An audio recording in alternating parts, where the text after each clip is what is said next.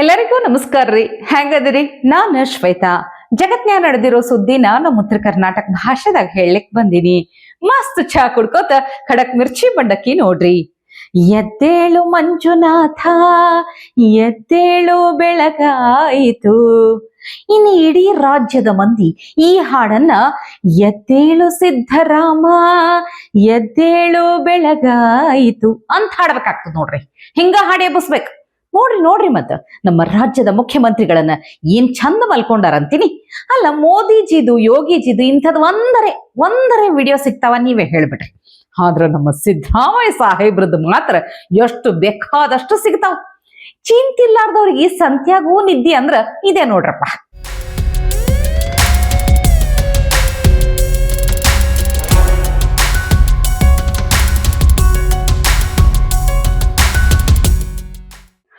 ಏಳು ವರ್ಷದಾಗ ಅದ್ ಏನ್ ಮಾಡಿದ್ರೋ ಬಿಟ್ರೋ ಗೊತ್ತಿಲ್ಲ. ನಿದ್ದಿ ಒಂದ್ ಮಾತ್ರ ಮಸ್ತಂಗಿ ಮಾಡ್ಯಾರ ಮನ್ಯಾಗಲ್ರ್ಯಾ ಮತ್ತ ಸಭೆದಾಗ.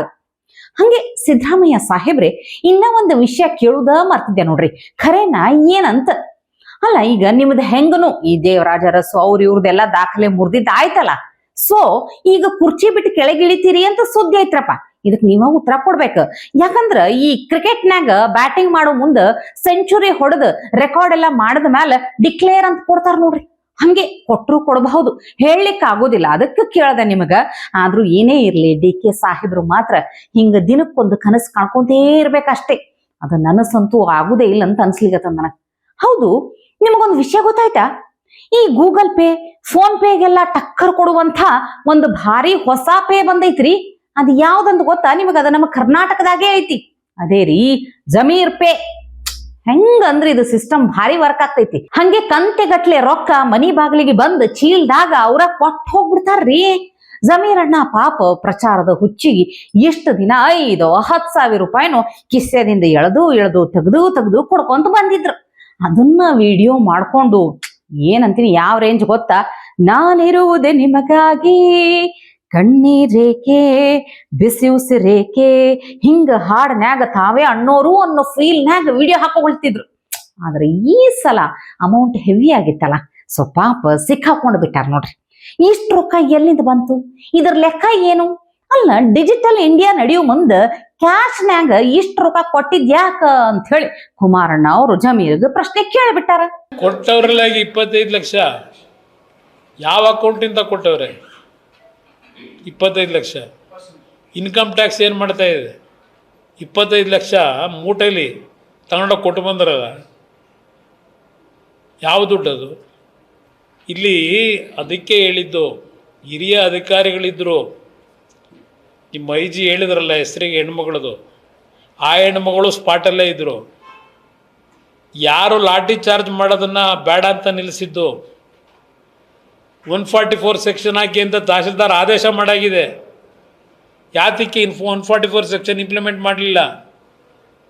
ಯಾರು ಚಿತಾವಣೆ ಮೇಲೆ ಮಾಡಲಿಲ್ಲ? ಇದು ಮೊದಲೇ ಪ್ರೀ ಪ್ಲ್ಯಾನ್ಡ್ ಅಂತಕ್ಕಂಥದ್ದು ಇಲ್ಲೂ ಮೇಲ್ನೋಟಕ್ಕೆ ಕಾಣುತ್ತೆ. ಜನಾರ್ದನ್ ರೆಡ್ಡಿ ಅವರ ಮನೆ ಮೇಲೆ 6 ಗುಂಡನ್ನು ಯಾಕೆ ಹಾರಿಸಿದ್ರು? ಗ್ಲಾಸ್ ಯಾಕೆ ಕೊಡಿದ್ರು? ಆಟೋದಲ್ಲಿ ನೀವೇ ತೋರಿಸ್ತೀರಿ ಟಿವಿಲಿ. ಪೆಟ್ರೋಲ್ ಬಾಂಬ್ಗಳನ್ನ ಇಟ್ಕೊಂಬರ್ತಾರೆ, ಪೊಲೀಸರೇ ತೆಗೆದು ನೆಲದ ಮೇಲೆ ಹಾಕ್ತಾರೆ. ಆ ಆಟೋ ಸೀಸ್ ಮಾಡಬೇಕು ಅನ್ನೋದು ಬೇಡ?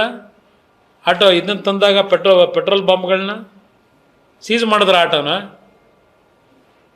ಹೇಳ್ತಾ ಹೋದ್ರೆ ಹಲವಾರು ವಿಷಯಗಳು ಹೇಳ್ಬೋದು. ಇಲ್ಲಿ ಯಾತಕ್ಕೆ ಪೆಟ್ರೋಲ್ ಬಾಂಬ್ ತಂದವ್ರು ಯಾರು? ಜನಾರ್ದನ್ ರೆಡ್ಡಿ ಮನೆ ಮುಂದೆ. ಏನು ಜನಾರ್ದನ್ ರೆಡ್ಡಿ ಮಧ್ಯೆ ತಂದು ಇಟ್ಕೊಂಡಿದ್ರಾ? ಸದ್ಯ ಅವ್ರ ಮನೇಲಿ ಯಾರು ಹೋಗ್ಬೇಕಾಗಿತ್ತೋ ಆ ಗುಂಡೇಟಲ್ಲಿ ಓಪನ್ ಆಗಿ ಹೇಳೋರಲ್ಲ ನನ್ನ ಬೆಂಬಲ ಇದೆ ಅಂತ. ಯಾಕೆಂದ್ರೆ ಬೆಂಬಲ ಸಿಗ್ತಾರಲ್ಲ ಸಪೋರ್ಟ್ಗೆ.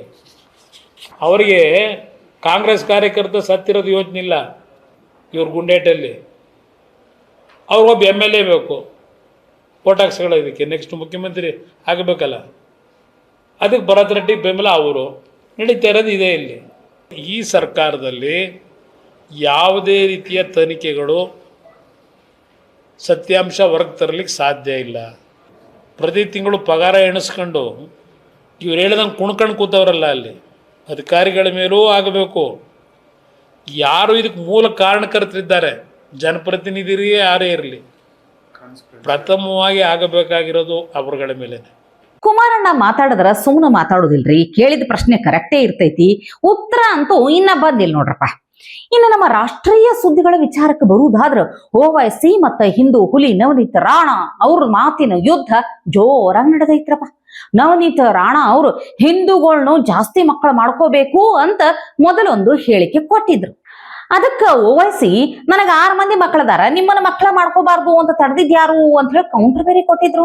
ಅದಕ್ಕೆ ಈಗ ನವನೀತ್ ರಾಣಾ ಅವರು ಓಪನ್ ಸ್ಟೇಜ್ನಾಗ ಬೆಂಡೆತ್ತಿ ಬಿಟ್ಟಾರ. ನಿಮ್ಮ ದಾದಾಗಿರಿ ಏನಿದ್ರು ಹೈದರಾಬಾದಿನ ಪಾಕಿಸ್ತಾನಕ್ಕೆಲ್ಲ ಲಿಮಿಟ್ನಾಗ ಇಟ್ಕೊಂಡ್ ಬಿಟ್ರಿ, ನೀವು ಅಲ್ಲ ಇರ್ಲಿ ನಿಮ್ದಂತ ಹೇಳ್ಬಿಟ್ಟಾರ. ನೀನ್ ನನಗೆ ಹೇಳ್ಕೊಡುದು ಏನ್ ಬ್ಯಾಡ ಅಂತ ಅಂದ್ಬಿಟ್ಟಾರ. OWC काका मुंडी ला रहे OWC आगे क्या बोलते हो? वो बाहर के पाकिस्तान है ना, हैदराबाद में भी एक पाकिस्तान है, वहां पे रहता और मुझे सिखाएगा मुझे क्या करना है और क्या नहीं करना है. OWC को बता देती हूँ, तेरी दादागिरी वही पाकिस्तान में चलेगी और तूने नहीं बताना कि 6 करना कि 10 करना कि 12 करना. पहले तुम बताओ तुम कितने घुसपैठियां हमारे देश में आए हैं, कितने परसेंटेज उनके बढ़े हैं. बांग्लादेश में जब माइनॉरिटी को ये मेजॉरिटी बनकर हरे झंडे लेके घूमते हैं ना, जब उन्होंने झाड़ पे एक 24 साल के लड़के को लटका के जिंदा जलाया, तो उस माँ की आत्मा क्या बोलती होगी? ये OWC ने इस पे उत्तर देना चाहिए. और हमारी अमरावती में आके हमको सिखाता है कि हमको क्या करना और क्या नहीं करना है. अरे महिला जरूर हूँ, पर झांसी की रानी को आंखों के सामने रखती हूँ और फिर मैदान में उतरती हूँ. कमजोर दिल लेकर ये मैदान में नहीं उतरती. ಅಬ್ಬಾ ಜಾನ್ಗೂ ಒಂದು ಹಿಂದೂ ಹೆಣ್ಣು ಹುಲಿ ಹೆಂಗ ಓಡಿಸ್ತು ನೋಡ್ರಪ್ಪ, ಮಜಾ ಆತ್ತಲ್ಲ. ಇನ್ನು ಒಂದಿಷ್ಟು ದಿನಗಳಿಂದ ನಾಪತ್ತೆ ಆಗಿದ್ದ ಕಣ್ಣಿಗೆ ಕಾಣ್ಲಾರ್ದಂತ ಪ್ರಕಾಶಣ್ಣ ಮತ್ತೆ ಬಂದು ಬಿಟ್ಟಾರ್ರಿ. ಅಲ್ಲ, ಈ ಮಾರಾಯಂಗ ಬಾಂಗ್ಲಾದಾಗ ನಡಿಲಿಕತ್ತಿರೋ ಹಿಂದೂಗಳ ಹಿಂಸೆ ಕಾಣಿಸ್ಲಿಲ್ಲ, ಕಾಶ್ಮೀರದ ನರಮೇಧ ಕಣ್ಣಿಗೆ ಕಾಣಿಸ್ಲಿಲ್ಲ, ಈಗ ಬಂದ್ ಹೇಳ್ತಾರ ಮುಸ್ಲಿಮರ ನರಮೇಧ ನಡೆಸ್ಲಿಕ್ಕೆ ಬಯಸ್ಲಿಕತ್ತಾರಂತ ಮೋದಿಜಿ ಮತ್ತು BJP. A few months back, I was in Delhi talking for the political prisoners. I don't want to talk about Umar Khalid today. Everybody speaks, we all know who he is. I would like to repeat what I said in Delhi. Please try to understand. Whatever is happening in this country is a preparation of a genocide. They want to wipe out Musliman. They want to wipe out tribal people, minorities. That is their agenda. He says, if there was no constitution of this country, I would not have come up to this stage from the small beginnings. Ambedkar is the greatest man. Mahatma Gandhi is the greatest man. What a liar he is. Then I remembered the visuals of the day before that, on 25th, on the Ram Mandir, there was a flag being hoisted. The prime ministers of this country and the RSS chief were there. I have not voted for him, but still he is my prime minister. That's why I'm saying our prime minister. His hands were shivering, seeing that flag going up. Bhagatwaj flag. My friend said, Prakash, your friend is not well. Why don't you tweet? I said, no. I am just observing what reverence he has for that flag, for his idea of Hindutva. I am wondering, does this man really have this reverence to our national flag? No, their agenda is different. Their agenda is genocide. Their agenda is to bring the Manusmriti. Their agenda is to change the constitution because they are not comfortable with that. They want you, me, Umar, everyone to be the secondary citizens. Be aware, and through this media, I am telling to the common man, be aware, be careful. Today they are coming for the Muslims. Tomorrow they will come to you. No comments ಅಪ್ಪ. ಈ ಅಲ್ಪಜ್ಞಾನಿ ಏನಂತ ಹೇಳೋದು, ಬಿಟ್ಬಿಡೋಣ ಅಷ್ಟ, ಮತ್ತೇನ್ ಮಾಡೋದು. ಇವತ್ತಿಗೆ ಸುದ್ದಿ ಸಾಕಲ್ಲ, ನಾಳೆ ಇಂಥವೇ ಮತ್ತೊಂದಷ್ಟು ಸುದ್ದಿ ತರ್ತೀನಿ. ಚಾ ಇಟ್ಕೊಂಡು ಮಿರ್ಚಿ ಮಂಡಕ್ಕಿ ನೋಡ್ಲಿಕ್ಕೆ ಕಾಯ್ಕೊಂಡಿರ್ರಿ. ಟಿವಿ ವಿಕ್ರಮ, ದೇಶ ನಿಮ್ಮ ಕೈಯಲ್ಲಿ. ಈ ಕಾರ್ಯಕ್ರಮ ನಿಮಗೆ ಇಷ್ಟ ಆಗಿದ್ದಲ್ಲಿ ಲೈಕ್, ಶೇರ್ ಹಾಗೂ ಕಮೆಂಟ್ ಮಾಡಿ. ಟಿವಿ ವಿಕ್ರಮದ ಕಾರ್ಯಕ್ರಮಗಳನ್ನು ನಿರಂತರವಾಗಿ ವೀಕ್ಷಿಸಲು ಸಬ್ಸ್ಕ್ರೈಬ್ ಮಾಡಿ, ಬೆಲ್ ಐಕನ್ ಒತ್ತಿ.